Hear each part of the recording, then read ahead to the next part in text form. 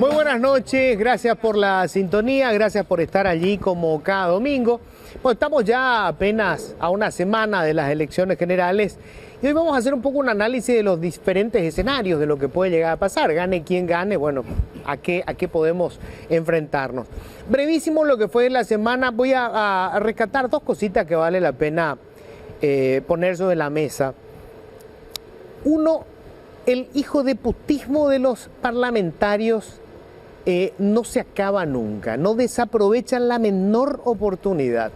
El miércoles pasado, mientras estábamos todos entretenidos con los debates que hacen a las próximas elecciones, en la Cámara de Diputados aprobaron una ampliación presupuestaria, 23.000 millones de guaraníes.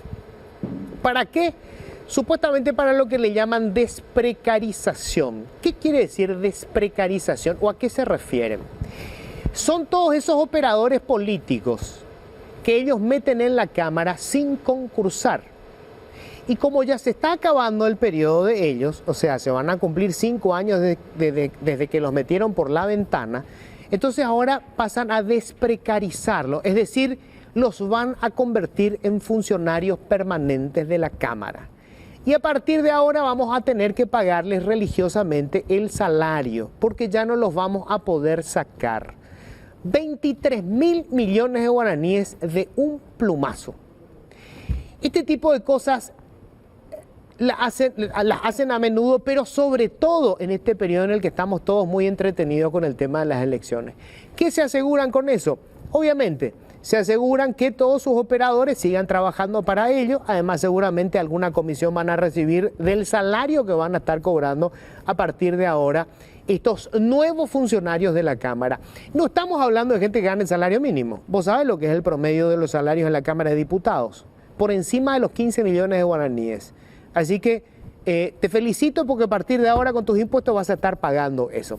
Lo otro breve, casi una anécdota, pero de todas formas hay que siempre considerarlo. La actitud que tuvo Efraín Alegre, uno de los candidatos a la presidencia de la República con más posibilidades, con respecto a unos colegas del Grupo Nación que no se les habilitó para que puedan hacer la cobertura el día de las elecciones desde la casa de Efraín. Es cierto, no es en el PC del Partido Liberal, o sea, en realidad no del Partido Liberal, de la Concertación, pero convengamos en que siempre se arranca con el desayuno en la casa del candidato. Una tontería, una pavada, una torpeza de parte de la Concertación en general, pero sobre todo del candidato Efraín Alegre, que además le da argumentos a sus detractores y a algún sector que a lo mejor no practica precisamente el periodismo. Y no me refiero a los colegas que van a estar haciendo la cobertura ese día. Alguna vez los políticos tienen que entender que una cosa son los trabajadores de prensa, sobre todo los cronistas, y otra cosa son los propietarios de los medios y los operadores políticos que puedan eventualmente tener en cada uno de esos medios de prensa. Una torpeza absolutamente innecesaria a pocos días de las elecciones. A veces, señor Alegre, por esos errores estúpidos, termina perdiéndose una elección. Bienvenidos, esto es Políticamente Incorrecto. Bueno, ya les cuento, tenemos una mesa de lujo. Les quiero aclarar que invitamos a gente del Grupo Nación, del grupo de empresas que pertenecen al equipo de Cartes. Pero bueno, dijeron que todos estaban con algún inconveniente, con alguna cuestión, así que bueno, por eso es que no tenemos a ningún representante en la mesa. En otras ocasiones han estado con nosotros. Bueno, ya les digo, estamos con Estela Ruiz Díaz, analista política, columnista del diario Última Hora, miembro de la radio, de Telefuturo, nombre de la casa. Hola Estela, ¿cómo estás? Hola Luis, ¿qué tal? Muy buenas noches a la audiencia y a los compañeros de la mesa. El señor Santiago González, ¿qué más puedo decir? Probablemente el periodista más brillante de su generación, Santiago González. Hola Luis, qué gusto, gracias. Y bueno, un honor compartir esta mesa con destacados periodistas y analistas, realmente, es un privilegio. Bueno, el doctor Mengo Boxi, analista político, escritor, historiador, miembro de la Real Academia de la Lengua Española y en sus ratos libres oficia, por supuesto, de médico. ¿Qué tal, Mengo? ¿Cómo estás? Hola Luis, ¿cómo te va? Gracias por venir. Saludo a los otros invitados, ¿cómo están? Y el señor Marcos Cáceres, periodista del diario ABC Color, editor, columnista del diario, compositor y guayno. Marcos Cáceres, ¿cómo le va? Buenas noches, ¿qué tal, Luis? A vos y a la audiencia. Estaba temiendo que ibas a decir de mí, ya me puse en guardia. No. Todos esos otros elementos los vamos a guardar para otra ocasión. Perfecto. Para otra oportunidad. Me parece bien. Cuando estemos en una mesa hay que definir quién paga la cerveza. Bueno, obviamente la idea es un poco charlar de cuáles son los escenarios posibles. No sé si podemos arrancar planteando. Esto es como la mecánica cuántica. Podemos hablar de probabilidades. Obviamente nosotros no podemos decir va a ganar fulano. Pero podemos decir quién tiene más posibilidades y quién menos posibilidades. No sé si podemos hacer eso para arrancar. Claro.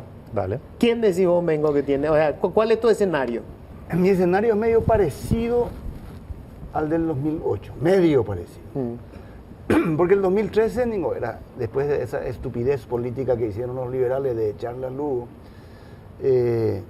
era medio cantado que iba a ganar Cartes, ganó Cartes. En el 2018 pensábamos medio todos que iba a ganar Mario Abdo, no por esa, incluso por una diferencia mayor de la que terminó ganando. Pero nos engañaron a todos con las encuestas y demás. Tampoco había emoción. Había en el ambiente una sensación de que las elecciones estaban ya definidas. En cambio, las de ahora se parecen a las del 2008 porque puede ser que la oposición gane. Esta vez nadie, salvo que sea muy fanático colorado, descarta esa posibilidad. La oposición no se presenta unida, como tampoco se presentó en el 2008. Y el Partido Colorado está medio fracturadito, tal como ocurrió en el 2008. Es decir, después de esta experiencia amarga de las encuestas, como nadie cree en ninguna encuesta, y estos son los instrumentos de la sociología para tratar de adivinar el futuro, nadie sabe qué va a pasar. Y eso le da a esta cansina campaña unos últimos 15 días medio emocionantes. De incertidumbre. De incertidumbre. ¿Vos qué decís, Estela? Bueno, un poco similar con lo que decía Alfredo por las características, diríamos. En el 2008, sin embargo, se sentía en la calle 15 días antes que iba a ganar Lugo. O sea, los colorados sabían que perdían las elecciones. En este caso hay incertidumbre y quizás ese sea el logro más importante de la concertación, que sin embargo no ha logrado una unidad total. Recordemos que el Frente Guazú está dividido. Payo Cubas, que tenemos ahí un candidato, por lo menos según las encuestas, que le está disputando un tercer lugar fuerte, dejándole muy al costado a Euclides Acevedo, que es el candidato del Frente Guazú. Pero hay elementos similares, ¿verdad? Por ejemplo, en el 2007 hubo una crisis colorada que no cuajó absolutamente. O sea, el Partido Colorado llegó dividido, quebrado en términos de lealtad partidaria para las elecciones de 2008. Hoy hay una situación similar, pero no tanto. O sea, pero tampoco hay unidad total. Desde el oficialismo hay muchas ausencias en los actos de Santiago Peña. Y por supuesto no se puede negar que esta incertidumbre está dada también por la intervención de Estados Unidos con respecto a Horacio Cartes, que si bien no afectó a su candidato en la interna colorada, sí tuvo un efecto a nivel nacional y suma esa incertidumbre de qué es lo que va a hacer ese electorado independiente que probablemente tenía simpatía por Peña, pero esta situación como que le incomoda. Y cisnes negros, ¿verdad? Cisnes negros con lo de Horacio Cartes, lo de Fernando Lugo, genera incertidumbre también dentro de la concertación. Así que son varios elementos, pero lo más importante que a una semana de las elecciones no podemos decir claramente quién va a ganar. ¿Vos qué decís, Santi? Yo trato de tomar algún parámetro porque si no es una especie de adivinanza, puede que sea mucho intuición ya a partir de la experiencia, por eso me encanta que lo hayan hecho desde ahí también Estela y Alfredo. Pero si trato de tomar algún parámetro de cómo se ha comportado hasta este tiempo el desarrollo preelectoral, digo, las encuestas que primeramente lanzaron dibujaron un escenario de mucha amplitud de Santiago Peña respecto a Efraín Alegre. Las mismas encuestas que se fueron lanzando fueron ya acortando eso en los últimos días, al punto que otras que aparecieron inicialmente desaparecieron en este último tramo. Hay encuestadoras que no volvieron a lanzar nuevos números después de esos números más dibujados quizá que se han lanzado originalmente. Y hay otras señales, sobre todo el candidato Colorado, que se mostraba muy conforme con las encuestas, que me dicen que no son señales de una persona que está ganando con mucha amplitud.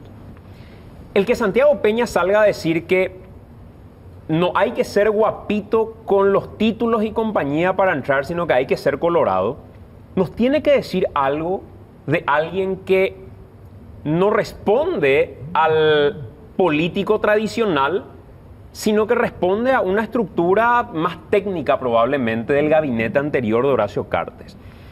Entonces, cuando nos quedamos un poco desconcertados, cuando Peña dice algo como eso, claramente sabemos que lo dice para captar un electorado al que no le importa luego si hay títulos o no hay títulos. Lo que le importa no es el políticamente correcto como discurso, sino que lo que le importa es saber que va a aprovechar el Estado y va a tener un cargo. ¿Por qué lo dice Peña? ¿Por qué Peña sale a prometer aumentos salariales o beneficios que trepen al 25% si es que está ganando tan cómodamente, si además fue ministro de Economía? Yo no sé si eso le va a permitir ganar a Efraín, pero lo que sí creo es que va a ser tan disputado y tan cerrada esa definición, tan disputada y tan cerrada la definición, quizá un poco más que las últimas elecciones de Efraín Alegre. Marcos. Mira, yo creo, coincido en gran parte con lo que se dijo, creo que evidentemente va a haber una polarización, por más que el cartismo por ahí está queriendo instalar que Payo creció lo suficiente como para disputar el segundo lugar. Es posible que mucha gente esté diciendo que va a votar a Paraguayo Cuba porque es un candidato que rompe con la estructura, es un candidato autoritario y hay muchos paraguayos que todavía tienen esa tendencia a creer que hay alguien que va a venir a solucionar mágicamente, va a hacer todo él, va a ser un dictador supremo, ¿verdad? Cosa que es imposible. Pero también coincido en que el tema de las señales, esas señales que está dando Santi Peña de que no está tan seguro, y por lo que yo veo y hablé con algunos colorados, están apostando al voto duro colorado. O sea, sabemos que en nuestro país el porcentaje de colorados es mayor que cualquier otro partido. Y asegurándose esos votos, ellos creen que ganan. Pero justamente no están seguros de tener todos esos votos. Porque hay problemas económicos, ahí evidentemente afectó. Hasta ahora no llegó el dinero como llegaba ya para este tiempo, en cualquier otra elección. Había dinero para repartir, en este momento no hay. Evidentemente la última semana sí se va a alargar plata, pero hay que ver si alcanza. Y hay muchos enojos dentro del Partido Colorado de parte de dirigentes que tienen un mal recuerdo de lo que fue el anterior gobierno de Cartes, en el manejo con ellos. Entonces todo eso pone en duda. Ahora, Efraín Alegre depende también para mí de que mucha gente que no lo quiere, no lo votaría a lo mejor normalmente, porque no lo cree un buen candidato, haga eso de que decía Blas N. Riquelme, ¿verdad? Iba a ir a Yarecoa, ¿verdad? La alternativa de Cartes, de un candidato cartista como Santiago Peña, es peor. Entonces, por más que no les gusta mucho Efraín, terminen votando. Hasta ahora no se decidieron, pero es posible que en los últimos días vuelquen ese voto a favor de Efraín Alegre y se produzca la diferencia. Ese creo que es el escenario que tenemos. A ver, de todo lo que estuvimos diciendo en la mesa, con respecto a la elección del 2008, evidentemente Efraín no es Fernando Lugo. Fernando Lugo era un fenómeno distinto.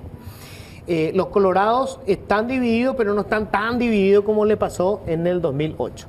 Pero, por el discurso que está teniendo sobre todo Santi Peña, claramente ellos están jugándose al voto duro colorado. Por eso yo no le creo a Santi Peña cuando hace todos esos discursos el título no importa, se va de contramano con todo lo que es su historia, ¿verdad? Disimula muy bien. Sí. Bueno, pero yo creo que confirma su historia, porque él tenía todos los títulos para ser un alto funcionario del Estado sin afiliación partidaria. Y cuando Cartes en aquella convención dijo, o son colorados o se van de mi gobierno, ¿quién se pone el pañuelo colorado? Claro, pues ya era ministro. Yo sé. O sea, se puso el pañuelo para seguir siendo ministro. Claro. Claro, para seguir siendo ministro. Pero a lo que quería llegar es a esto, ¿verdad? Evidentemente ellos se juegan, los colorados para mí es muy básico lo de ellos, ¿verdad? Y puede que le funcione, que sea básico no quiere decir que sea malo, ¿verdad? Pero el voto duro colorado, por eso Santi tiene que sacarse un poco de encima la imagen del tecnócrata, tiene que ser el típico, el tradicional líder colorado para el voto duro colorado y dividir el voto de la oposición. O sea, por eso teníamos encuestas en donde Cuba, primero era Payo el que estaba adelante, después era Euclides, después va a ser Chilaver seguramente, pero el tema es dividir el voto. La cuestión es si le funciona o no la estrategia, ¿verdad? Y entonces ahí voy a las probabilidades. Y voy a la primera probabilidad, esta es mi opinión, ¿verdad? Creo que siempre los que corren con ventaja son los colorados, sí, ¿verdad? Tienen la estructura, tienen la plata, tienen la pasión. Ganaron 6 de las últimas 7 elecciones. O sea, digamos, por lógica, uno supone que el que tiene más chance es, obviamente, Santi Peña. Entonces pregunto, en el escenario, gana Santi Peña las elecciones, ¿cuál creen ustedes que va a ser el teatro que vamos a tener? ¿Qué es lo que vamos a vivir con un Santi Peña como presidente? Con todos los condimentos. Horacio Cartes herido de muerte, Santi Peña que no tiene un solo voto suyo en el Parlamento, ahora los votos son de Cartes. ¿Qué va a pasar con esa disidencia colorada? Marito desaparece, va a aparecer otro disidente colorado, porque los colorados siempre tienen que tener una disidencia, ¿verdad? Esa es su lógica. ¿Cómo construyen ustedes el escenario posible si gana Santi Peña? El jueves pasado Marcos escribió sobre eso.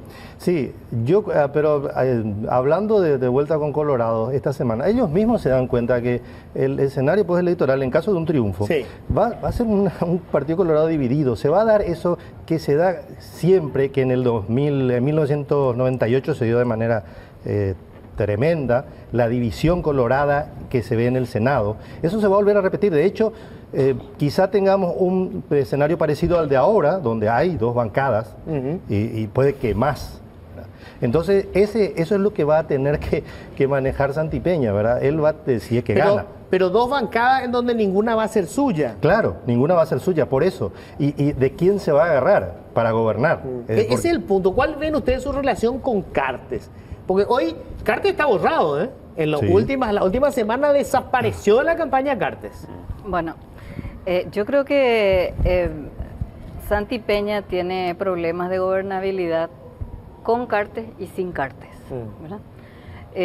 Pero creo que el problema de gobernabilidad puede ser también para Efraín Alegre, sí, para Payo Cubas, para Euclides Vamos a analizar Acevedo. Por los escenarios, si gana Efraín o si gana Payo. Pero en el caso de Santiago Peña, el problema de él es un problema de liderazgo que él no desacopló en todo este tiempo, en todos estos 7 años prácticamente de hacer campaña, porque Horacio Cartes es el líder y él es el candidato de Horacio Cartes. Él es un candidato personal de Horacio Cartes, no de un movimiento político, el candidato personal.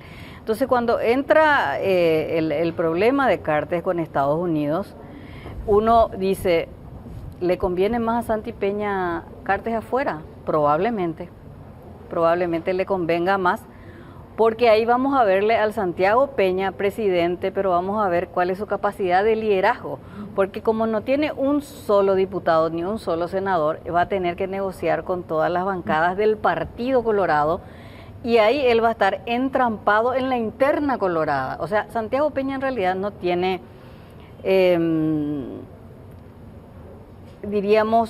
no tiene resuelto el problema. Con o sin Cartes, él va a tener problema.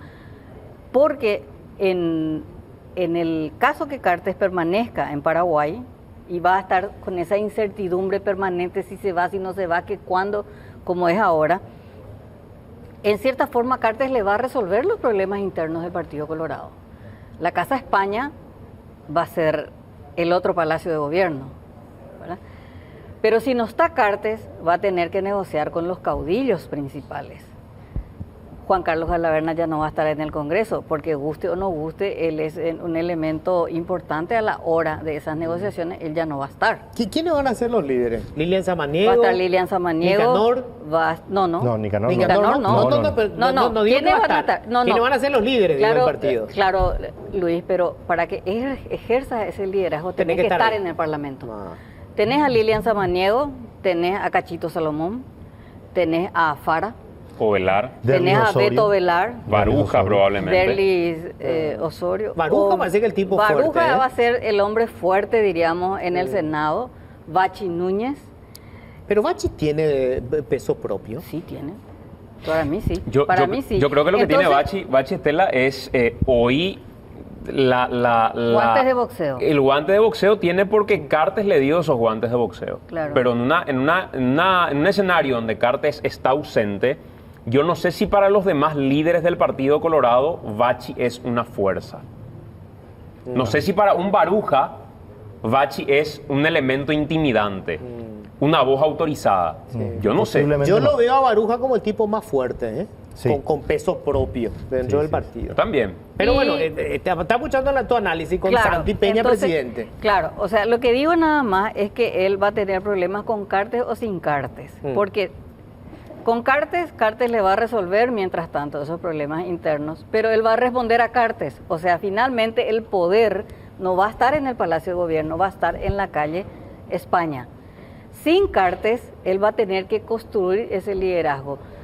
Y en el Partido Colorado, construir liderazgo, aún con la lapicera en la mano, es muy difícil. Que te lo diga Juan Carlos Guasmosi, que te lo diga Raúl Cubarra, o Mario Abdo Benítez. Va a tener que hacer concesiones. Y concesiones es repartir el Estado.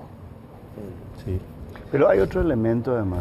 ¿Te acuerdas en los fines del estronismo, que sin ningún elemento claro la oposición hablaba y se preocupaba por el periodismo también por el post-estronismo? Nosotros estamos viviendo el post-cartismo. Gane o no Santi Peña, Cartes es una figura del pasado político paraguayo. ¿Te parece? Sí. O sea, ¿vos crees que él está políticamente extraditado o no? Si está extraditado, por supuesto. Claro, si obvio. no lo está, olvídense del Cartes del 2023. O tendrá tanto control del Parlamento sin mensalón. Miren cómo estamos naturalizando una brutalidad política. No, aparte... Todos sabemos que hubo mensalón de Cartes. Y dos elementos clave, Fiscalía y Corte Suprema de Justicia. Por eso 8 digo, escenarios. Entonces, el poder de Cartes ha disminuido enormemente. Ese capite diminutio, curiosamente, si gana Santi, por ahí le favorece. Por ahí encuentra un nuevo escenario, nuevas piezas y se reordenan a su favor.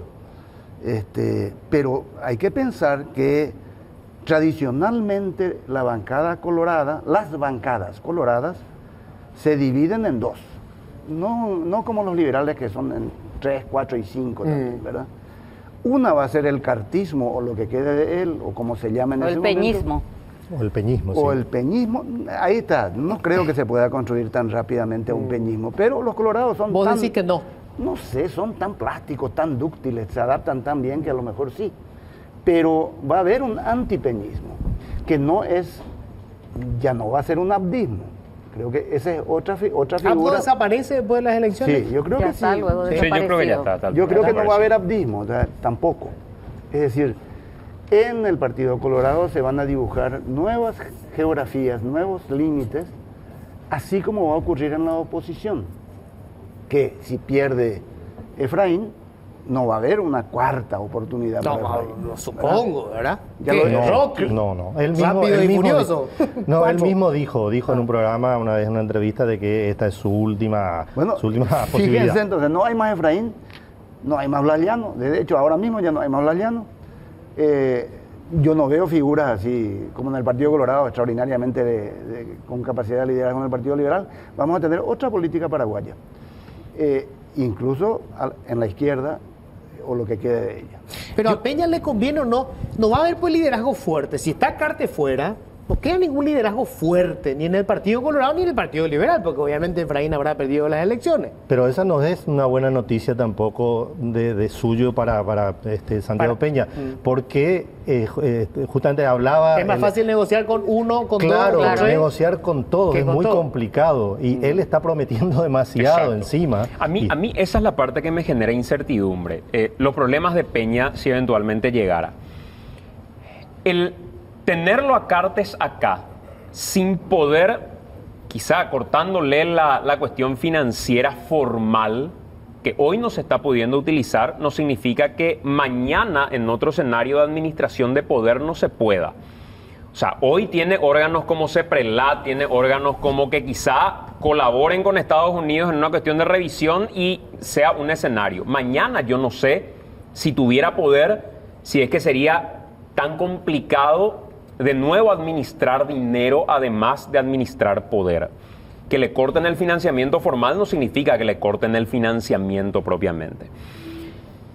Con Cartes, igual teniendo problemas con Estados Unidos, el problema de Peña va a ser que como presidente de la República va a tener que ceder ante cosas que hoy es radical respecto a las posturas con relación a Estados Unidos u otros órganos internacionales. Ya lo hizo con la Unión Europea.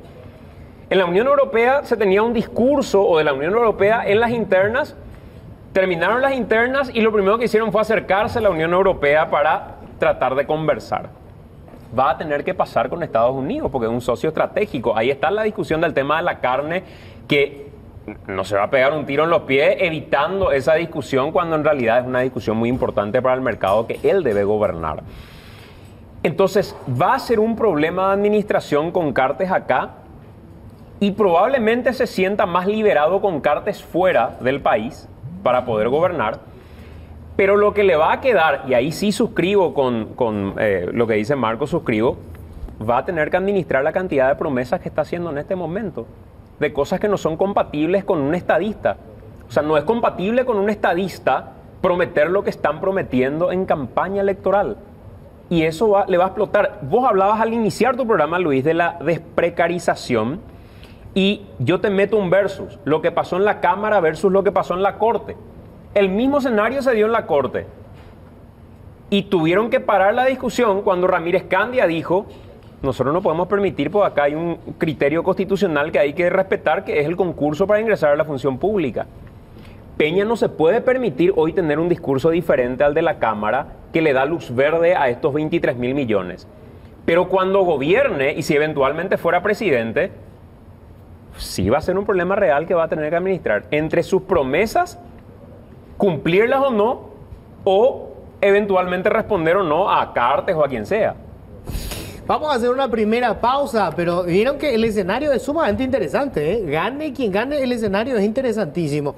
Vamos a hablar de qué pasa si gana Efraín, si se da este cambio, que no es lo mismo que cuando ganó Fernando Lugo, porque convengamos que si bien esto es una concertación, Efraín es el líder del principal partido de oposición.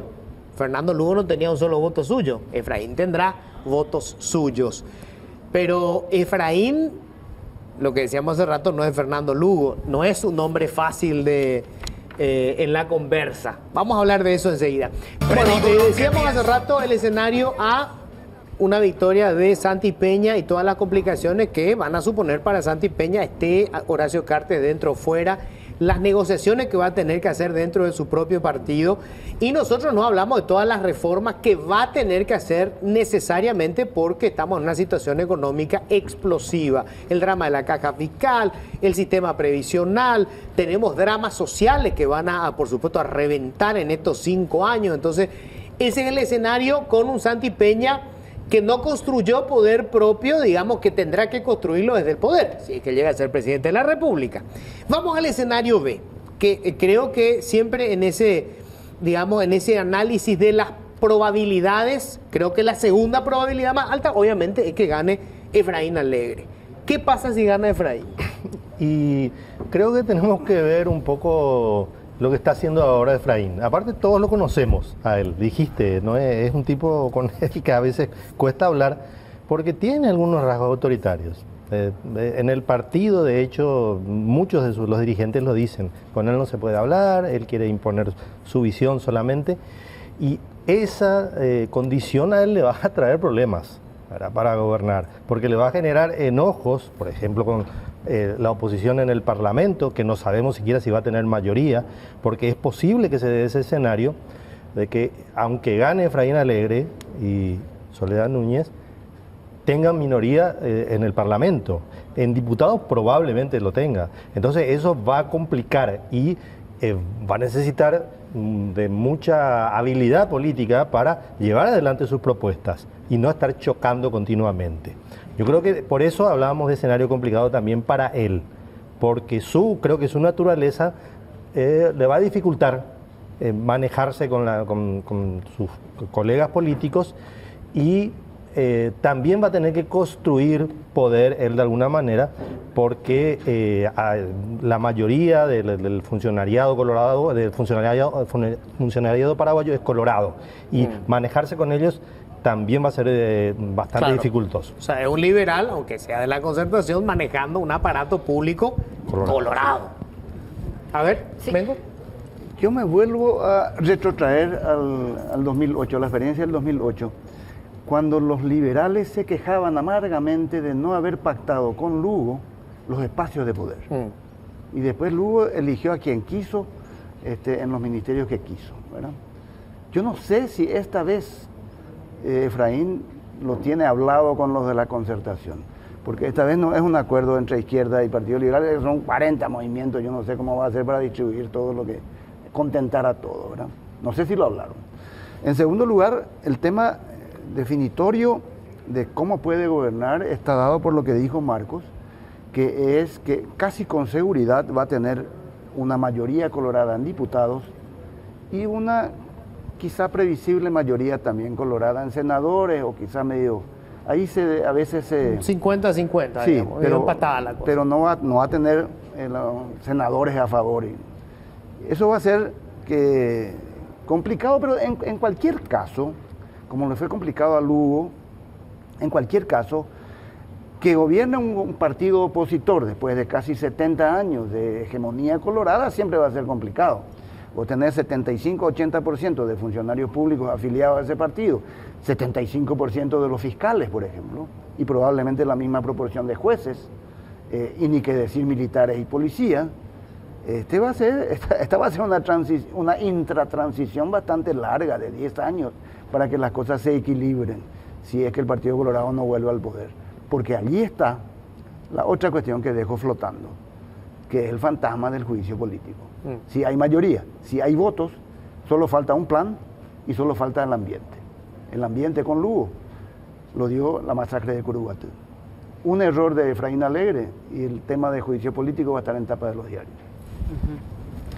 Yo, más que Efraín Alegre, quiero hablar casi de un trípode de la Concertación.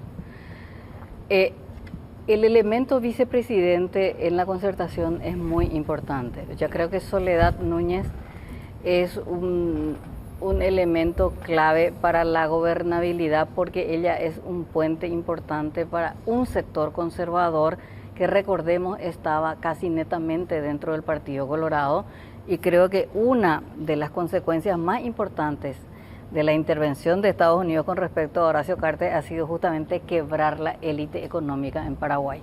Creo que es un punto importante. Yo agrego también, en el caso de Efraín Alegre y su gobernabilidad, la pata de izquierda representada con Esperanza Martínez, que parece ser el personaje político muy importante en la izquierda paraguaya. O sea, está surgiendo el liderazgo de Esperanza dentro de la izquierda. Entonces, la Concertación en sí es una pedagogía de la alianza política que va a ser clave para Efraín Alegre a la hora de gobernar. O sea, él ahora ya está teniendo como unos corsets pequeños dentro de la propia Concertación, que seguramente no le deja ir solo como si estaba en el Partido Liberal Radical Auténtico. La otra vez hablábamos en Monumental con Camilo Filártiga y nos decía, pueden decir todo lo que quieran de Efraín Alegre, pero en política se gana, el líder es el que gana elecciones, y Efraín Alegre ganó a pesar de todos en el Partido Liberal Radical Auténtico. Y nosotros aquí, escuchándole a Marcos, a Alfredo y no sé si Santiago va a tener la misma opinión, no estamos cuestionando el liderazgo de Efraín Alegre. No, claro. Y ese es un elemento importante para quien gobierne la República. Sí. Esa es la gran diferencia entre Efraín y Santi. Claro, después El de poder de Efraín, Efraín es de no hay Efraín. nadie más. Él tiene que concertar adentro, que ya está concertando ahora, y lo que viene después. Y tienen ellos el antecedente del 2012, que fue el juicio político de Lugo, y si son inteligentes no deberían cometer el mismo error. Además, acá hay un elemento diferenciador con respecto a Fernando Lugo y Efraín Alegre. Fernando Lugo era un gobierno de izquierda, aunque no lo fuera tanto dentro, pero se lo consideraba. Y de hecho, ese golpe del 2012 fue para frenar la proyección de izquierda, el ingreso del chavismo en Paraguay.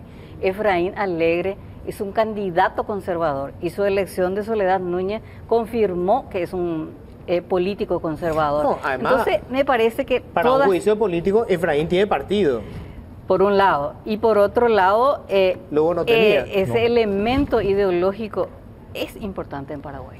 Pero por eso a mí me causa gracia cuando los colorados, algunos, ¿verdad?, en las redes especialmente, tratan de presentar a Efraín como un peligro izquierdista, ¿verdad? A mí no sé si reír o llorar, ¿verdad? Cuando leo esas Para cosas. mí el principal problema de Efraín Alegre, por su perfil, es la estabilidad, si ganara. El escenario más desafiante para mí va a ser la estabilidad, porque Efraín Alegre quizá en su partido pueda expulsar a gente que no piensa como él, cerrarle la puerta, pueda decidir hacer una convención virtual o una reunión virtual para eventualmente no dar paso a alguna voz disidente. Efraín Alegre probablemente siendo candidato puede tener estas posturas como tuvo respecto a yo le dejo entrar a tal medio y a tal medio no le dejo entrar a una conferencia, haga donde haga, pero no se le va a perdonar eso como presidente de la República.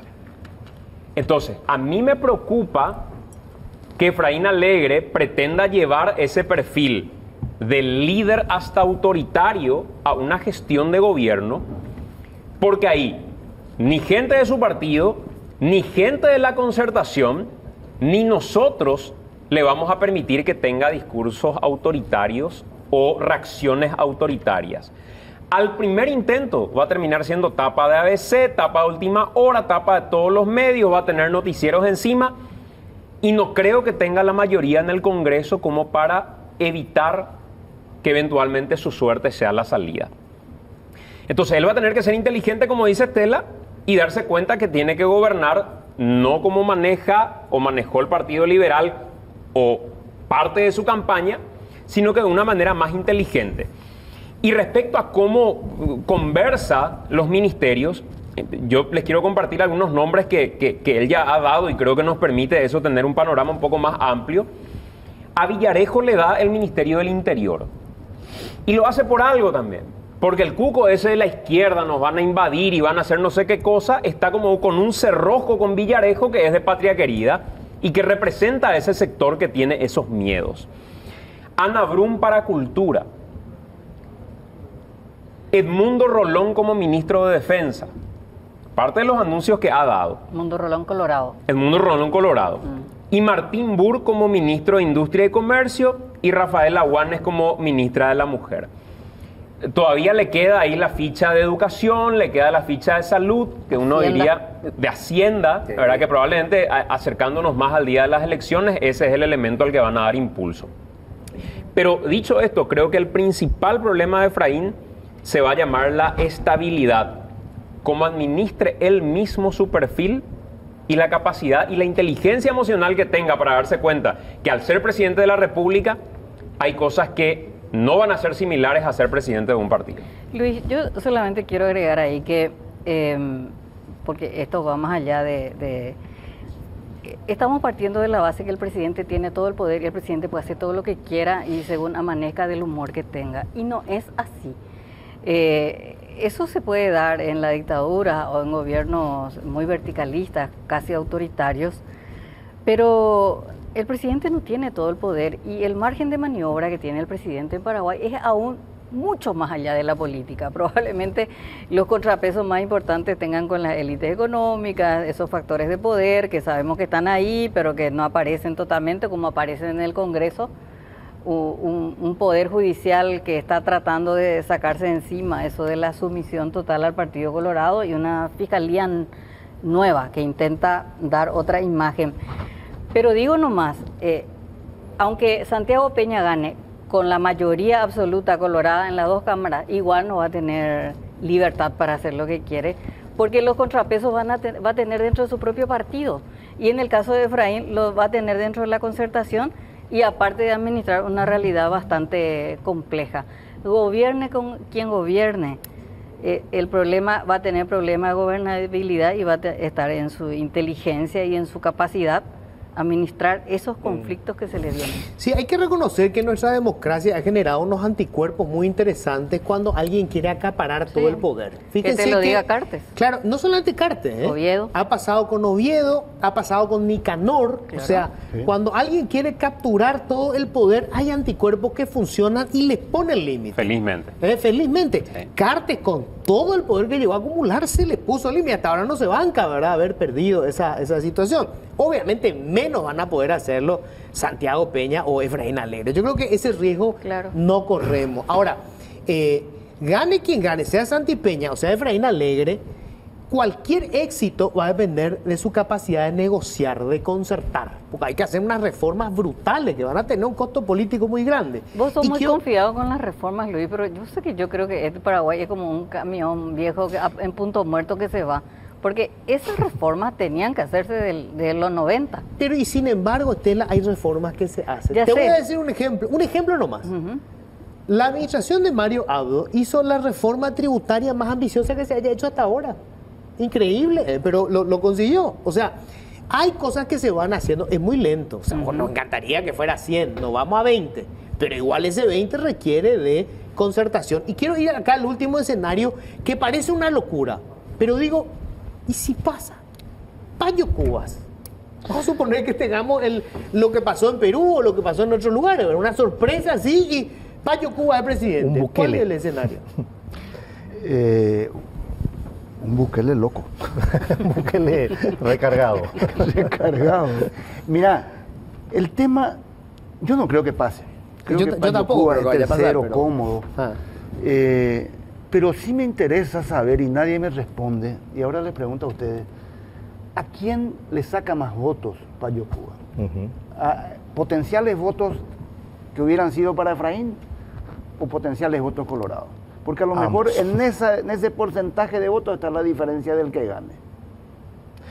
Pues yo le hice esa pregunta a una figura colorada, y admitió directamente sin vueltas que le sacan los dos, ¿verdad? No es que porque parecería por la estrategia cartista de tratar de sacarlo en la tapa, darle visibilidad a Payo, uno creería que le conviene porque le saca votos solamente a la oposición y no es así. Pero así también se equivocó Nicanor con Lino Oviedo, ¿te acuerdas que lo liberó? Ahora la pregunta es a quién le saca más votos. Lino Oviedo le sacó más. Si le saca más votos a la concertación, es una buena jugada colorada. Sí, pero yo te digo que eso es impredecible. Por lo que yo conversé con alguna gente, nadie está seguro, nadie te va a afirmar. Sí, públicamente a lo mejor te va a decir, los cartistas te van a decir, no, con esto nosotros ganamos, Payo va a dividir a la oposición. No es tan así. Y en privado, si vos hablas con alguna gente, no sé con los cartistas porque no pude conversar con algún cartista, pero los de Fuerza Republicana sí, admiten directamente. Ahora, ¿permitirían los sectores de poder real que Payo gane las elecciones? Porque se imaginan ese escenario, vamos a suponer, ninguno cree acá que pueda pasar, ¿verdad? Pero ¿y si ocurriera? A esta altura no tendrían forma de impedirlo. Ahora, ¿cómo reaccionarían después ya es otra cosa, pero a esta altura ya no tienen forma de impedirlo si sucediera. Claro, pero yo pregunto, ¿cuánto podría durar un gobierno de Payo Cubas? Y lo que duró su periodo en el Senado. Sí. Hay una cuestión. Claro, si el Senado lo echaba, te imaginas la presidencia. Claro, ¿no? Claro, porque el peor enemigo de Payo Cubas es el mismo. Es Payo Cubas, claro. Yo veo me imagino ya un consejo de ministros y él tirándole agua a los ministros. Bueno, pero hay una cuestión, Luis, más allá de que nosotros acá coincidamos en que es imposible que Payo gane. ¿verdad? El hecho de que tenga muchos votos es una cuestión a analizar. Claro. ¿Por qué un personaje como Paraguayo Cubas arrastra esa cantidad de votos? Y hay gente que cree que la solución a los problemas del país vienen a través de la conducta de un tipo como él, ¿verdad? Claro, pero de violencia. yo creo que, claro, es pasa muy... que hay que analizar por qué la gente cree eso. Claro, a eso O voy. sea, por qué la gente ve una respuesta en Payo Cubas. Y es esa gente que no solamente es el voto bronca, es esa gente que ya no tiene absolutamente esperanza en el sistema político e incluso en el sistema democrático. Claro, Ujú, claro. O sea, sí. ese es un punto. Pero yo no podría todavía hablar de votos de Payo Cubas. Es la intención, es el clima de las redes sociales y es de encuestas que nadie cree y de estrategias políticas para agrandar la figura de Payo. Entonces yo no digo Payo tiene muchos votos, porque además quienes conocen el sistema electoral paraguayo sabemos que en Paraguay para ganar elecciones, y no es simple anécdota que el Partido Colorado y el Partido Liberal controlen el 80% del electorado paraguayo y el Congreso paraguayo sea el 80% de Colorado y liberales y terceras fuerzas que están ahí anecdóticamente. El voto de Payo, el voto potencial de Payo se tiene que convertir en voto, y en Paraguay la estructura es fundamental el día de la votación. Estructura es capacidad de movilización, es recursos, dinero, hay que pagar por el voto, hay que llevarlo y traerlo.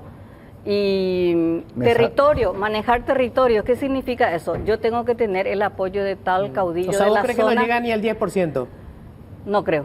No. Y lo otro que hay que tener, Estela, que 10% ya me parece una locura. lo otro que hay que tener, que seguramente ibas a agregar, el control.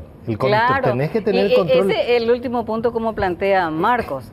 El sistema electoral paraguayo, el documento más importante no es mi voto, es lo que dice el acta de votación. Ahí en la mesa, si nosotros tres nos ponemos de acuerdo, Luis Colorado, Santiago Liberal y yo represento a la tercera fuerza, y todos decimos acá ganó Payo en esta mesa y decimos, bueno, vamos a repartirnos el voto de Payo.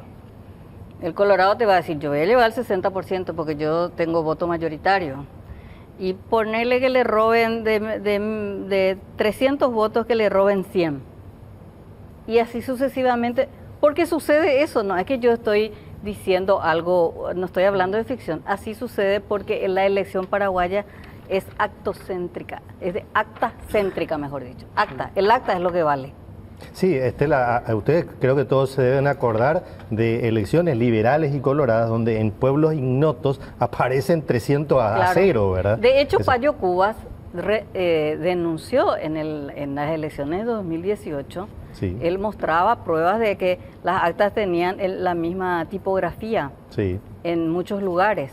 O sea, si él no tiene la capacidad de controlar, el ejército de controlar su voto, no va a ganar las Solo que elecciones. eso va a ser diferente ahora con el mecanismo del voto electrónico. O sea, las actas tienen una consideración diferente a la época en la que se cargaba a mano y uno no sabía qué es lo que decía o por quién lo que había votado alguien. Creo que ese es un elemento diferente. Lo que no tiene hoy quizás es la estructura que le permita tener en cada mesa un representante, cosa que es súper importante.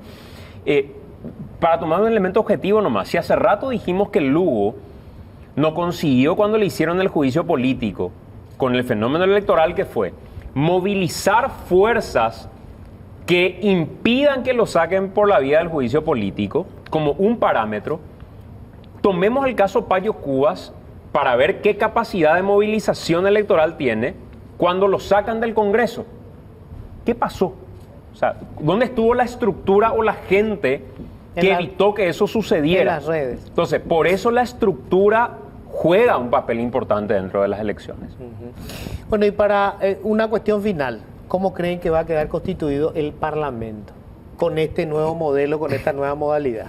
A mí me huele que vamos a tener una concentración Colorado liberal Sí, y que hay sí. figuras que pueden desaparecer del Parlamento.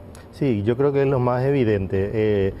Me mencionan, hubo una encuesta, pero me mencionan que hay otras encuestas donde eso que queda absolutamente evidenciado. La amplísima mayoría colorado liberal y algunas fuerzas, y un colorado me decía riéndose, este partido que tanto impulsó el voto preferencial, ¿sabes cuántos parlamentarios va a meter según las encuestas? O sea, es posible. Yo creo que vamos a tener lo de ahora, pero peor aún. Va a haber una mayoría. Eso es lo que se prevé. Ojalá que no suceda, porque cuanto más dividido está, más fuerzas hay en el Parlamento, creo que es mejor para todos. Yo le estuve escuchando a Santiago el jueves pasado haciendo una encuesta por Monumental y me llamaba la atención, lo mismo que le llamó la atención a él, la enorme variedad de preferencias que tiene la gente para diputados y senadores. La que no escucha Santiago. Sí. No, pero la gente votaba por distintos candidatos, de preferencia de gente incluso poco conocida. Pero después vos te pones a pensar, sí, pero a la hora de la verdad, los votos van para un partido y se hace el sistema DON. Claro. Con respecto, y ahí son todos. Va a haber una... Claro, ese vamos es a el tener punto. como la Junta Municipal de Asunción, que termina siendo Cerro casi Porteño. mayoritariamente, sí, pero con un color mayoritario que es el Partido Colorado. Me parece. Yo creo que se olvidan que actualmente la Cámara de Diputados es mayoría absoluta del Partido Colorado. 43 votos tiene sin desbloqueo. O sea, el Partido Colorado siempre dominó el Congreso paraguayo. Lo único que hacía que hubiera problemas de gobernabilidad para un presidente colorado era la balcanización de los partidos ahí, de la propia bancada, 2, 3, 4, 5 bancadas, ¿verdad? El desbloqueo lo que hace es repartir los lugares, ¿verdad? O sea, el Partido Colorado hoy tiene mayoría en el Senado, no tiene mayoría propia nomás, como sí tiene en la Cámara de Diputados. En realidad, es la primera elección donde vamos a saber cómo funciona el desbloqueo, porque lo que tuvimos fue con las elecciones municipales y convengamos que las juntas municipales, como no hay mucha información, no sabemos, yo por ejemplo no sé quiénes son los candidatos a la Junta Departamental de Central, por ejemplo.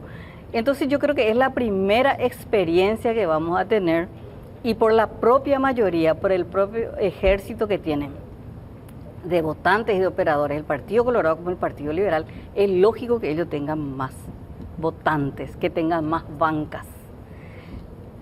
A mí me interesa saber cómo va a ser el comportamiento de la gente, porque es la primera vez que vamos a tener realmente cómo es el voto preferencial, el desbloqueo y qué tal le va a la gente. Hay una diversidad de candidaturas muy interesantes. Yo lo que le recomendaría, Estela, a la gente...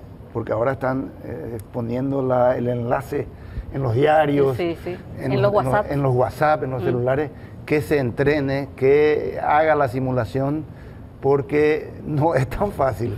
De repente vos sí votás por un partido y después a la siguiente imagen te aparece se expande en 45 fotos que no tenéis, que son mucho más realmente, porque es uno por cada partido y es medio complicadito, ¿no?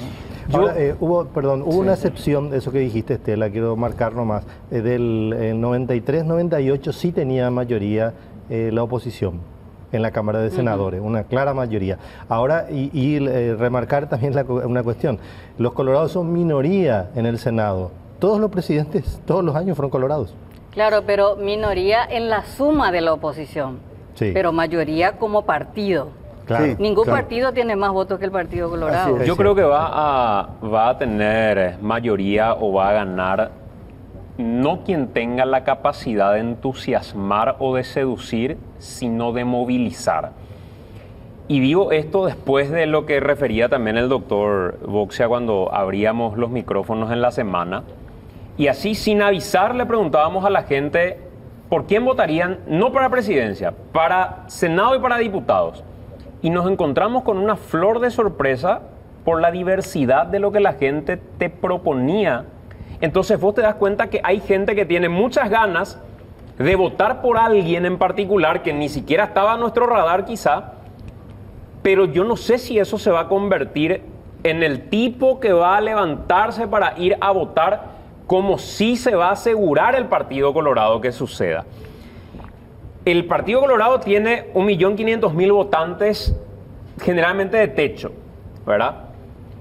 Y yo lo vi a Cartes en una fotografía que publicaron en redes recorriendo la Junta de Gobierno de la ANR, el call center donde identificaron a quienes no fueron a votar para llamarle y preguntarle por qué no fueron a votar e invitarles y decirles qué necesitas para ir a votar.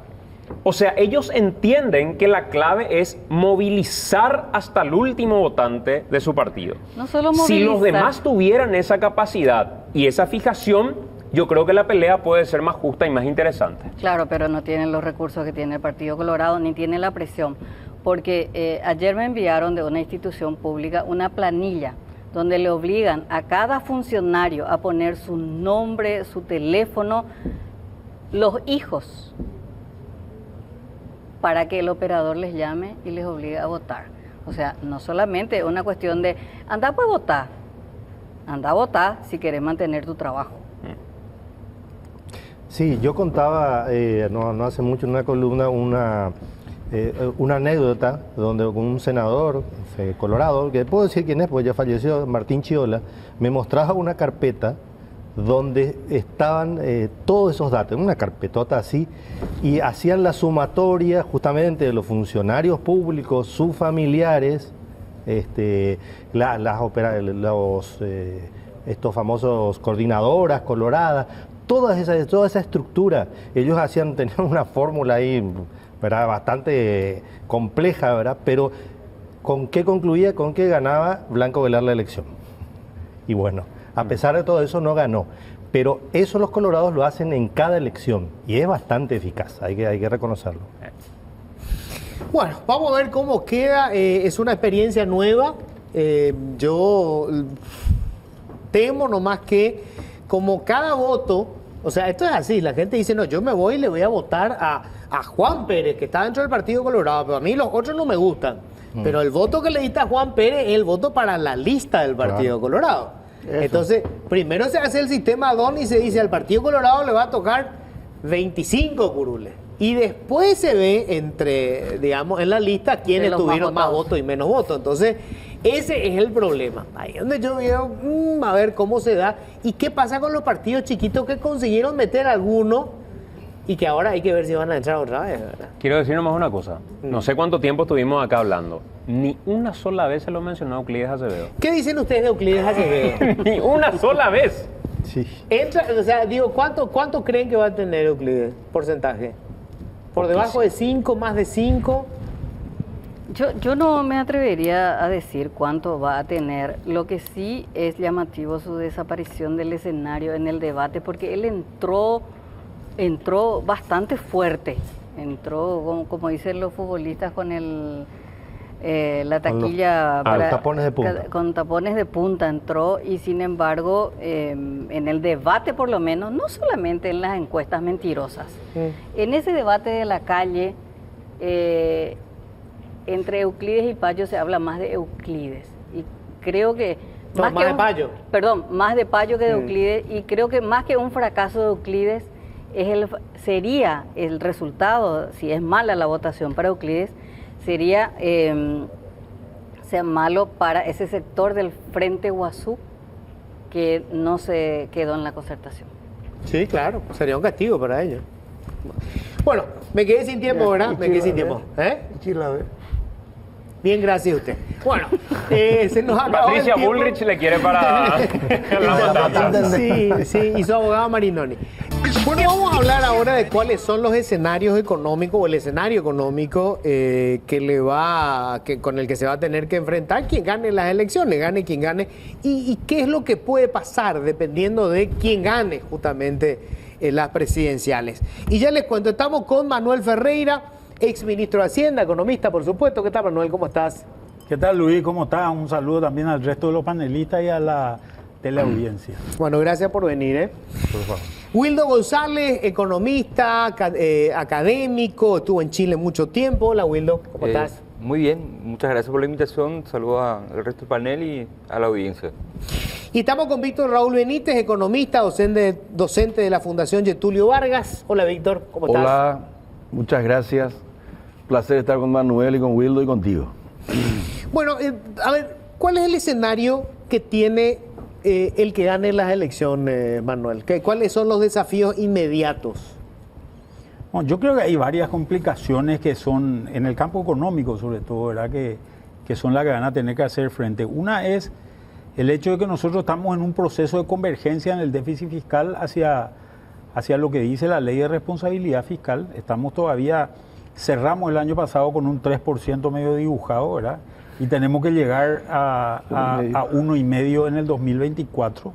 Esto se ha hecho recortando gasto de inversión fundamentalmente y no pagando deuda, ¿verdad? Ese es un problema serio que tiene sus orígenes no tanto en el ingreso, sino más bien en el gasto.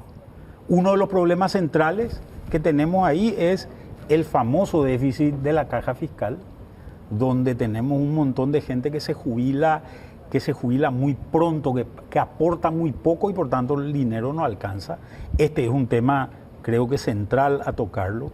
El otro problema es cómo seguimos invirtiendo en un país que todavía necesita muchísima infraestructura. Nosotros calculamos que tenemos que invertir alrededor del 60% de nuestro Producto Interno Bruto para alcanzar los niveles promedio de América Latina.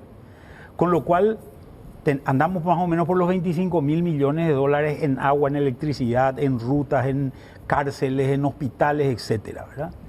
Entonces, ahí tenemos que ver el modelo que se ha usado hasta ahora. Ha sido un modelo de deuda, tomar deuda para financiar esto, pero ese modelo está llegando a su tope. Y está llegando a su tope básicamente porque no podemos seguir financiando sobre todo los intereses. Los intereses por norma paraguaya no pueden ser pagados, no pueden ser incluidos dentro de una emisión de bonos o una emisión de deuda. Tenemos que pagarlos de ingresos corrientes. Claro, y están arriba de los 550 millones de dólares hoy los intereses que pagamos anualmente, y nosotros estamos más o menos en esos valores más o menos de ingresos en dólares, básicamente de las binacionales. Por tanto, estamos muy en el límite de lo que tenemos que hacer. Otro problema que tenemos que ver es el problema de las empresas públicas. No te quiero ni hablar de Copaco, por ejemplo, Sí, ¿verdad? ya es casi un cadáver. Sí, pero con un montón de funcionarios, Sí. ¿verdad? Vivos, muy vivos. Muy vivos, demasiado avivados muchos de ellos, ¿verdad? Entonces, esta es una situación importante y a eso le tenés que sumar empresas como la ANDE, por ejemplo, que están con serios problemas. Fíjate que vos mirás hoy los números de ANDE, los números no cierran. Al no cerrar los números, cuando Itaipú empiece a bajar su tarifa, ANDE va a tener que subir la suya. ¿Cómo vendés eso políticamente? El tema de agua. Paraguay necesita una expansión en todo lo que es agua y saneamiento gigantesca, del orden más o menos para poder alcanzar alrededor del 90% de la población que todavía está muy marginada de esos temas. Entonces, y obviamente en términos de bienestar de la población, nosotros hoy tenemos solamente 22% de la población con jubilación, uno de los índices más bajos de toda América Latina. ¿Cómo nos planteamos alcanzar 50, 60 o tal vez valores como los de Uruguay, que están en 95%, en una población que necesita eso, necesita salud y también necesita obviamente educación? Lo de salud y educación creo que ya lo sabemos, pero creo que tenemos que plantear también sistemas autofinanciados que nos permitan ir avanzando en estos procesos, porque también estas son las cargas más importantes que hoy tiene el erario público y que no es fácil de corregir el tema.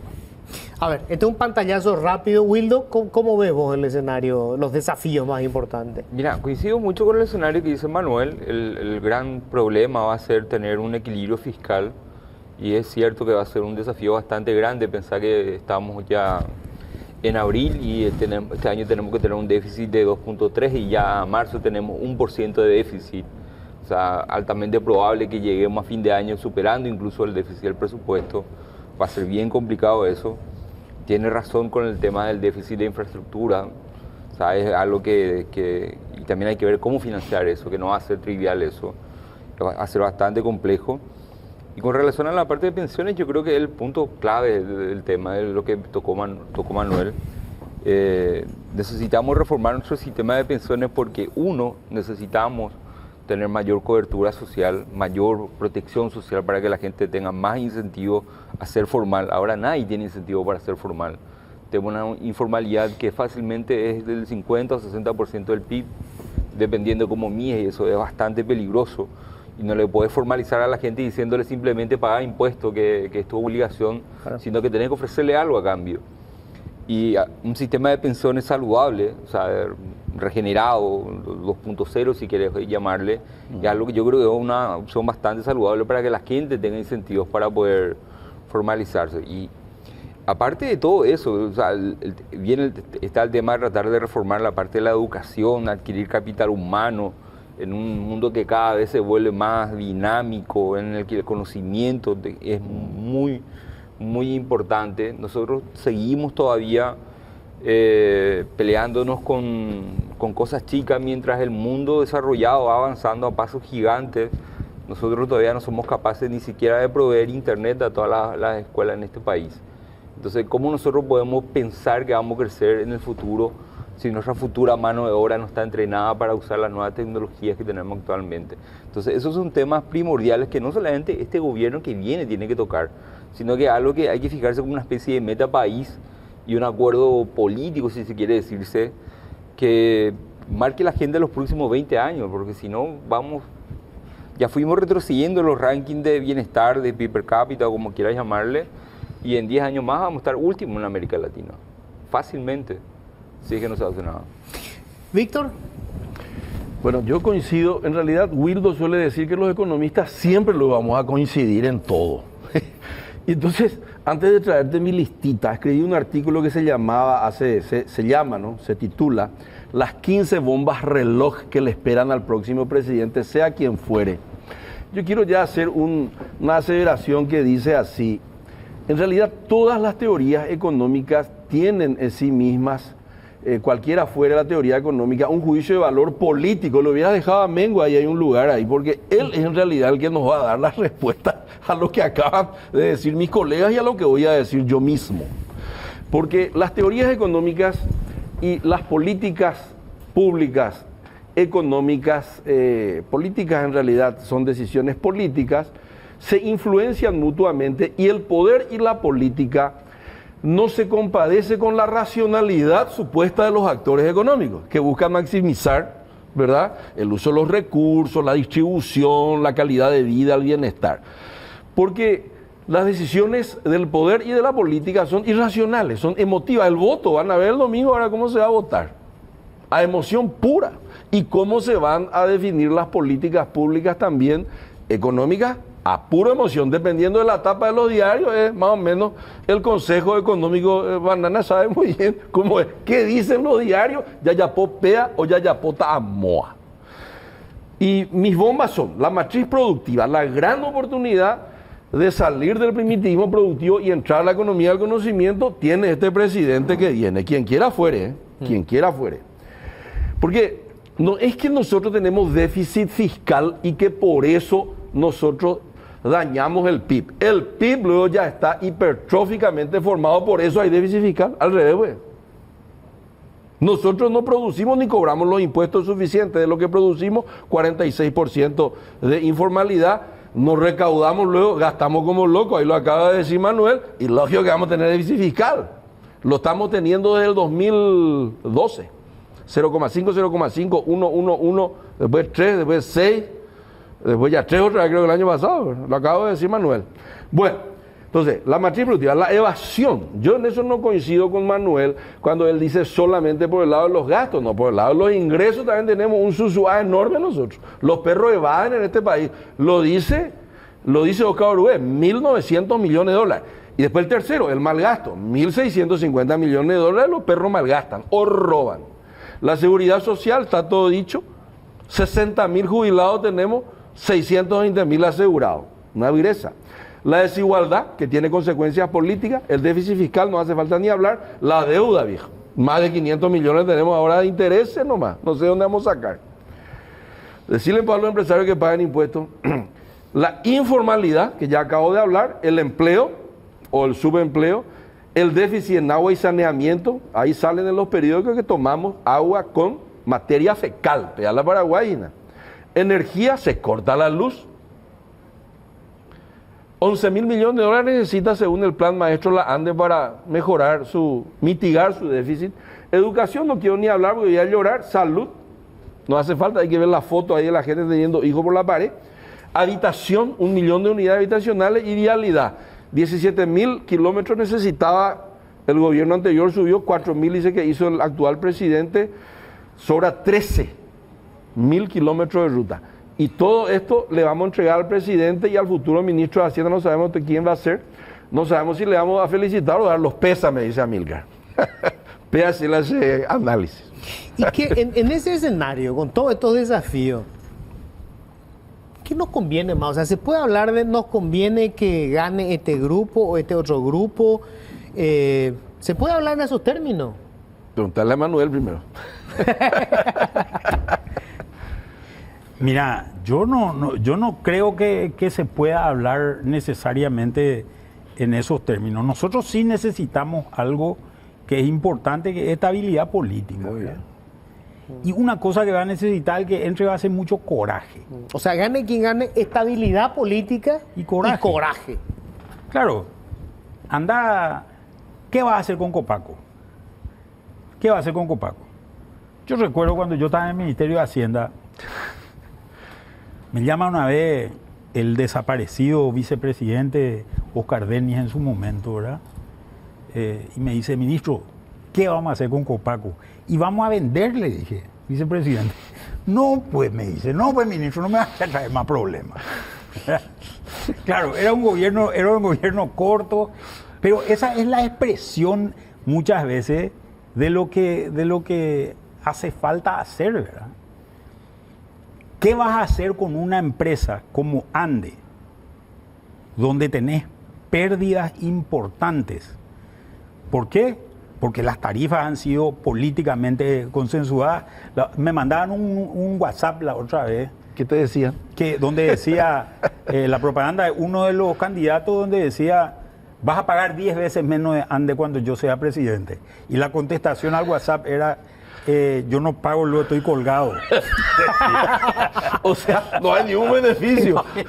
No, tu política no me trae ningún beneficio. Pagar ahora, Está malo, le dice.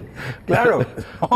Entonces, este es el tipo de cosas que tenemos que ir resolviendo, ¿verdad? Es más, justamente eso es el punto. ¿Ustedes escucharon las propuestas que están haciendo? Las promesas que se están haciendo. Hay Yo trato de no escuchar, la a verdad. toda la gente de la tercera edad le vamos a dar una jubilación. ¿En serio? Y me suena fantástico, porque yo digo, ¿cómo carajo pagamos? Yo hice un análisis de lo que dijeron en la UIP, todos, incluyendo a el señor Acevedo. Ajá. Acevedo dice que le va a llamar al presidente del FMI y le va a decir, che, muñeco, acá está el proyecto, mandá pues la guita. Ese es el nivel de muchas propuestas. Y hay mucho violín, tanto en Alegre como en el otro. Fíjate que el representante antiestatismo, antisocialismo, el señor Peña, le dice allí a los de la UIP que le reclaman en público la deuda de la farmacéutica, porque le hacen una pregunta medio bola y le dicen, che, ¿qué tal va a pagar la deuda de la farmacéutica? Le dice. Y le dice él, mira, todos acá entre nosotros sabemos luego que el mayor cliente es el Estado, le dice. O sea, que sé, ¿eh? ¿Y qué vas a hacer? Le dice, yo me voy a endeudar, el primer día ya me voy a endeudar, bono soberano y le pagamos, que en realidad hay que hacer, ¿verdad? A la farmacéutica.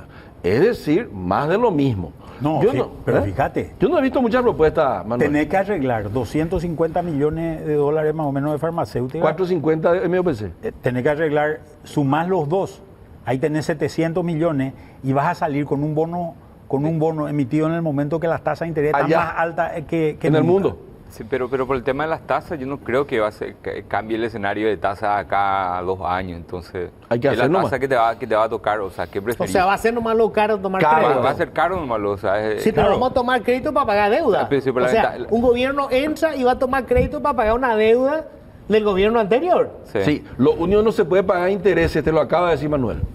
Claro. No claro. podés hacer... Y con esa emisión nosotros entramos en un descalce de moneda que no hemos tenido hasta ahora. Nosotros tenemos la suficiente cantidad de dólares que entran al Estado como para poder hacer frente al pago de intereses en dólares. Si nosotros hacemos una emisión de 700 millones, esos números ya no alcanzan. Pero hay un tema ahí, algo que por ejemplo Muy bien. que mucha gente en los mercados financieros reclama, es que Paraguay no haya hecho una emisión soberana en moneda local.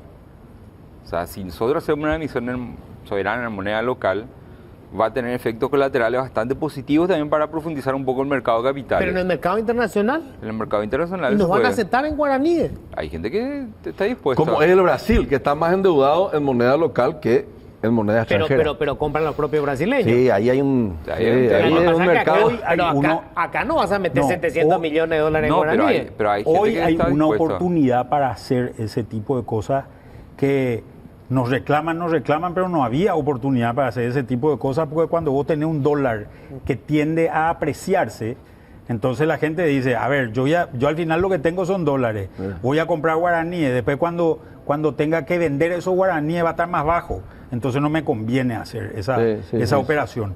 Ahora hay una expectativa de inversión en mercados emergentes porque se cree que el dólar está muy bajo, pero 700 millones.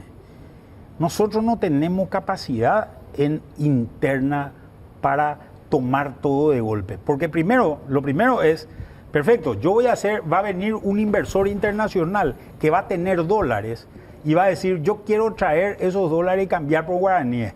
¿A quién le va a comprar? A los grandes tenedores de guaraníes. ¿Quiénes son los grandes tenedores de guaraníes? El IPS, la Caja Fiscal, y medio para de contar nomás ya, ¿verdad? Que nadie El Fondo tiene de tanto Garantía de guaraní, Depósitos. claro. Esos son los que tienen muchos Todos esos guaraníes. guaraníes. O gran parte de esos guaraníes. Va a venir, mete 700 millones de dólares de un saque. Imagínate nuestro tipo de cambio ese día. Ah. O sea, es una situación que no es fácil de hacer, donde nosotros tenemos que hacer crecer un poco más la economía para que esto realmente sea determinante en las cuentas públicas, ¿verdad? El problema es que con un 3% de Producto Interno Bruto, vos necesitas calzar tu presupuesto en 1.200 millones de dólares. Y siempre hablamos de un presupuesto de 14.000. No, es cierto que el presupuesto es de 14.000. Eso es con las empresas y todo ya. Claro, nuestro presupuesto en realidad es de 8.500 millones. Porque es el presupuesto de la administración central, ¿verdad? Y ese está descalzado en 1.200 millones. Ese es el que necesitamos calzar. Entonces, acá hay una serie de complicaciones y tenemos algunos gastos que vos los mirás desde abajo ahora porque van a ir creciendo de manera feroz y es que no frenamos este tema, ¿verdad? Entonces, hay muchas decisiones que necesitan un coraje muy importante en este siguiente gobierno. Tengo que hacer la pausa, pero vamos a hablar de las propuestas. Yo, por ejemplo, escucho desde el tema de reducir la energía eléctrica o entregarle, digamos, directamente a las familias el subsidio para la merienda escolar, hasta, bueno, lo de Santi Peña, ¿verdad? Que No, Santiago Peña hizo algunas propuestas interesantes que las tengo anotadas. Los dos tienen, ¿verdad? Pero también hay muchas propuestas irrealizables. A mí lo que me preocupa, nadie, por ejemplo, el tema de impuestos nadie quiere hablar. No, porque es Es más, herejía. Santi Peña cuando dice, a mí me parece que estoy hablando con Harry Potter, ¿no? Cuando me dice, no te preocupes porque vamos a hacer que crezca la economía y entonces vamos a recaudar más.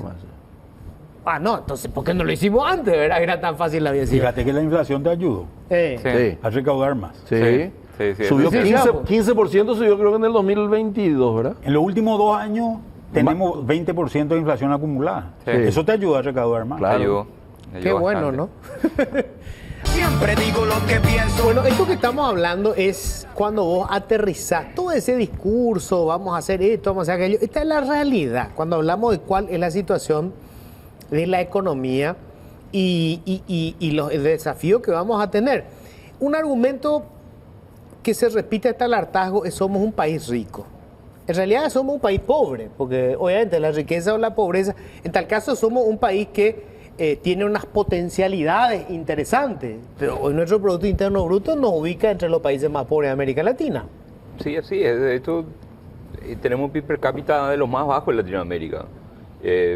Y somos pobres. No, es imposible que Paraguay crezca de la noche a la mañana y nos volvamos una superpotencia. O sea, yo creo que puede llegar a pasar eso. Hay potencialidades, como mencionaba, pero eso va a pasar con la consecución de décadas. O sea, y décadas de reforma, que es lo que se tiene que hacer, que es lo que tiene que empezarse, cerrar las brechas, cambiar la matriz productiva, cambiar la educación de la gente. Entonces, es algo que no se va a lograr solamente con un gobierno, sino que es algo que necesita un esfuerzo que yo creo que ni siquiera pasa solamente por el Poder Ejecutivo. Recordate también El Congreso. el Congreso, el Poder Judicial, o sea, Los sectores económicos. los sectores económicos. Muchas de las cosas por las que, por ejemplo, lo que famoso siempre se dice, no somos grado de inversión porque somos corruptos. Bueno, pero tampoco tenemos mucho nivel de institucionalidad fuera del Poder Judicial, en el ámbito del sector del Congreso, justamente que decide, del sector privado mismo. Entonces hay un largo trecho que no va a ser necesariamente solucionable de un año a otro, básicamente. Y eso es algo que yo creo que a veces a la gente se le olvida en estas épocas de elecciones. ¿Qué de la promesa que escuchaste, Víctor? ¿Alguna cosa que te parece que, bueno, esto puede ser interesante? Sí, una de las cosas que me pareció interesante y que hablamos recién mientras tomábamos agua, es que nosotros tenemos necesidad de inversión, tanto y sobre todo en el sector privado. Y el sector privado, ¿de dónde sale la inversión de largo plazo para el sector privado? ¿O de dónde sale la inversión endógena, le dicen algunos, para el sector público, para hacer infraestructura, para mejorar la salud o la educación? Pero vamos al sector privado. El sector privado invierte, no madura tan rápido la inversión, porque el monto de la inversión, el rendimiento, la tasa de interés y la chance son de que lo que vos invertiste se convierta en rendimiento con una tasa de interés que mide el riesgo de esa inversión en un ambiente determinado, que es un país, ¿verdad? Toda tasa de interés es un indicador del riesgo, si le querés llamar así. Por eso es interesante el grado de inversión, que después podemos conversar con los colegas. Lo que yo escuché muy interesante es que tenemos buena plata a no muy largo plazo en bancos, en CDAs, que deberían ser dineros de largo plazo, porque es el aporte para jubilaciones que no se van a realizar todo de inmediato, pero que sin embargo está ahí en algunos bancos, seguramente por millones de razones, digo yo a veces, ya sospecho todo, porque eso no va a una banca pública de largo plazo, porque la AFD no interviene allí para eso, canalizar hacia inversiones industriales de largo plazo para convertir proteína vegetal en proteína animal para marcas internacionales. Estoy hablando de Brasil Foods. ¿Por qué no? Que está nomás su fábrica ahí en San Miguel de Iguazú, en Cascabel, tienen todo su integrado de aves y el maíz es de Santa Rita. Y en eso le escuché hablar a los dos candidatos, sobre todo a Peña. Claro, Peña maneja mejor el tema bancario, pero por otro lado, el grado de inversión es lo que insiste mucho Efraín.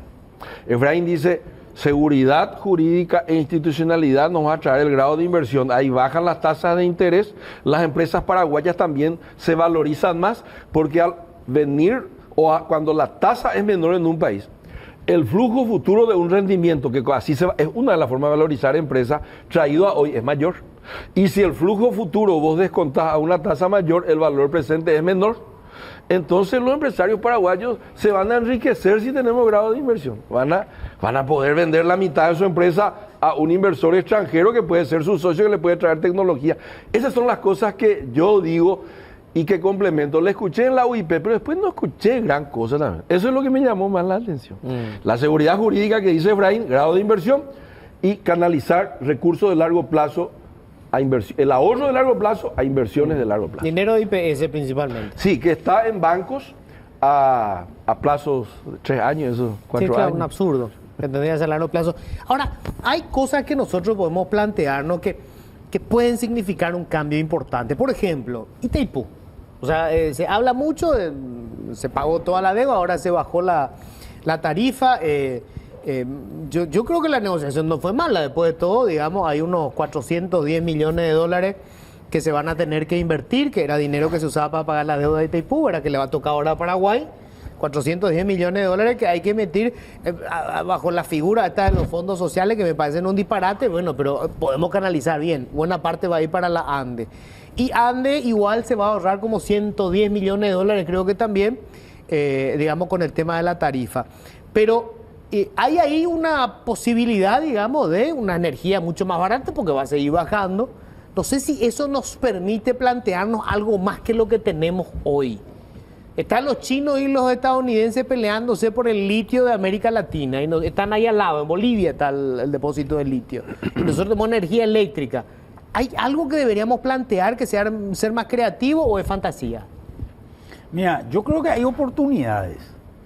Nosotros tenemos una economía todavía muy basada en un sector agropecuario, que es un sector importante dentro de la economía. Arriba del 30% de nuestra economía está concentrada todavía en ese sector.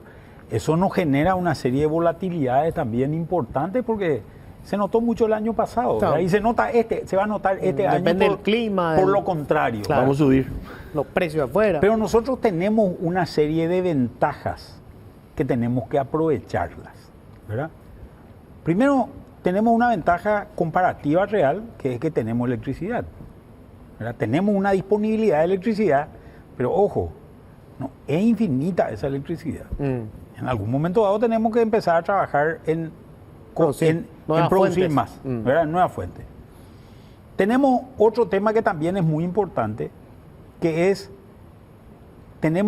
nosotros somos un país mediterráneo raro, porque tenemos ríos navegables y podemos salir con relativamente facilidad y costo bajo al mar, ¿verdad? 6 veces más barata es la navegación fluvial que la navegación, que digamos el transporte terrestre, ¿verdad? Entonces, esas son oportunidades que tenemos. Tenemos dentro de todo un ambiente de estabilidad generado en los últimos 20 años, que es importante. Y acá las grandes transformaciones en las reglas de juego no existieron y pasaron todos los partidos por el gobierno. Y sin embargo vos seguís teniendo ciertas cosas, los derechos de propiedad que tenés sobre la tierra, los derechos de propiedad que tenés sobre bienes privados, que hace que la gente dentro de todo valore ese tipo de cosas. Somos un país muy chico. Como decíamos anteriormente, te ponen 700 millones de dólares y te inundan el país, ¿verdad? Te inundan, es mucha plata eso para nosotros, ¿verdad? Yo tengo el problema con el grado de inversión de que de repente diga la gente, vos sabés que el 80% de los fondos de inversión que operan en el mundo y alrededor del 90% de los activos bajo manejo de esos fondos tienen por sus propios reglamentos de inversión que invertir solamente en países de grado de inversión. En otras palabras, nosotros hoy tenemos acceso más o menos a un 10% de los fondos que hay en el mundo. Pasamos grado de inversión, nos vamos a 100%. Podemos tener un problema también complicado de que nos venga demasiado dinero. ¿Por qué? Pues, como dijo Víctor, te entra plata, baja la tasa de interés y se valorizan todos los activos. Todo se valoriza, tu casa va a valer más, tu terreno va a valer más tu empresa, todo va a valer más, ¿verdad? Que te da una oportunidad, pero también es un desafío. Nosotros somos una economía muy abierta financieramente, ¿verdad? Pero yo creo, y después tenemos otras cosas, seguimos creciendo nosotros en el campo agropecuario, por ejemplo. Hoy está expandiéndose la agricultura en el Chaco, por ejemplo, a ritmo muy rápido, pero muy rápido, mucho más de lo esperado. Lo cual te genera una serie de activos. Toda esta infraestructura que nos falta, estos 25 mil millones de dólares que nos faltan de infraestructura, esa es una oportunidad para el país, ¿verdad? Vos podés venir a decir, vení a hacerme esta ruta y cobrar el peaje, ¿verdad? Y yo me libero de eso. Hoy, nosotros, si empezamos a mirar la cantidad de tráfico que hay en algunas rutas alrededor de Asunción nomás, decir lo que hay privatizable o concesionable es enorme y podemos mejorar muchísimo la infraestructura atrás de eso. Lo mismo en agua. En electricidad, hoy ANDE no gana dinero haciendo distribución. y compra electricidad de las represas, ¿por qué no empieza a tercerizar la distribución y se vuelve una empresa que lo que hace es transmisión, compra electricidad y vende electricidad? Y fomenta también que haya otros privados que desarrollen energía solar. En el Chaco hay posibilidad de armar energía eólica. Vos sabés que en el Chaco hoy hay una demanda, hay una oferta de electricidad de 9.600 kVA hoy. Y la demanda hoy es de 64.000 kVA. Dicho esto por la ANDE. ¿Cuándo espera, según su plan estratégico, la ANDE tener 64.000 kVA en el 2030? Dentro de 7 años. Cuando la demanda, quién sabe cuánto va a ser, ¿verdad? Entonces, pero hay espacios de solución de esto, pero tenemos que empezar a ser mucho más pragmáticos en esta cosa y no casarnos con instituciones donde decimos, no, el Estado, ese es un bien estratégico. Así como decía el país es rico, yo escuché tantas veces, ese es un bien estratégico. ¿Y qué es lo que quiere decir? Copaco es un bien estratégico. Pero por favor. FEPASA es un bien estratégico. Pero por favor. Vergonzoso. No, convengamos que es estratégico para sus funcionarios. Y estratégico, ¿qué es lo que quiere decir estratégico en esa definición? ¿Y cuál es la estrategia? Claro, la estrategia es que meter más funcionarios que son amigos míos. ¿Cuál es lo que es la estrategia? ¿En qué Para sentido? permanecer en el poder es estrategia. No, pero no te hablan así cuando no te hablan de eso. Bueno. Pero lo que te digo es, esta es una situación donde tenemos que empezar a ser pragmáticos, empezar a usar las instituciones que nos sirven en las cosas que nos sirven. Por ejemplo, esto de repartir jubilaciones a gente adulta. Vienen acá los políticos y dicen, hemos crecido en el programa de adultos mayores. El programa de adultos mayores no tiene que crecer, tiene que disminuir. Porque el programa de adultos mayores vos le das plata a alguien porque se está muriendo de hambre. Para eso sirve. Si el programa disminuye, quiere decir que hay menos gente muriéndose de hambre. Lo que hoy tenés que hacer es generar que 1.300.000 personas que tienen capacidad de jubilarse y no tienen esquema de jubilación puedan tener una institución donde puedan depositar esos recursos y que no pensemos todo el tiempo solamente en el monopolio que es IPS, donde vos estás entregado. Casi 800.000 personas son contribuyentes de IPS. Vos sabés que hay un sistema de jubilación voluntaria en IPS también. Sí hay. ¿Y sabes cuánta gente hay en ese sistema de jubilación en esa área? No llegan a 900. No llegan a 900. Sí, porque no les interesa. Porque no, porque no les interesa darle la plata a IPS, no es obligatorio.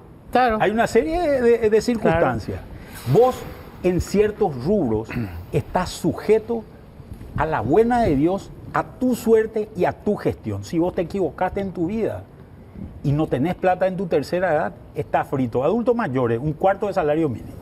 A ver, Víctor, ¿qué cuestiones ve? Me voy a quedar sin tiempo, así que quiero... ¿Ya tengo que cerrar o porque Wildo no habló Wildo todavía? Sobre el tema de jubilación, Wildo conoce mucho, vivió en Chile. Y es cierto lo que dice Manuel.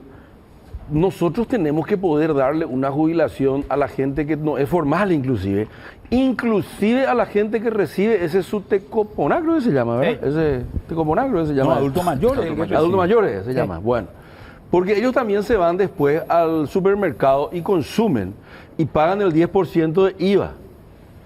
Ese IVA se tendría que ir, creo que contigo hablamos de eso, con ¿no? eso, hablamos juntos con él.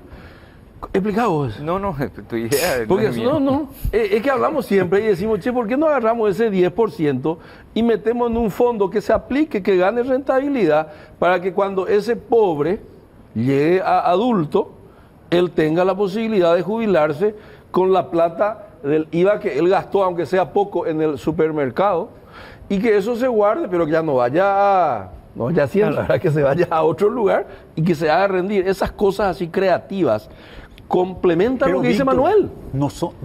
hay 1.300.000 personas que no son pobres. Cuenta Sí, propistas. pero Que no son pobres, son o dueños de empresas Cuenta propistas. o gente que factura IVA. Claro. Un médico hoy no tiene jubilación.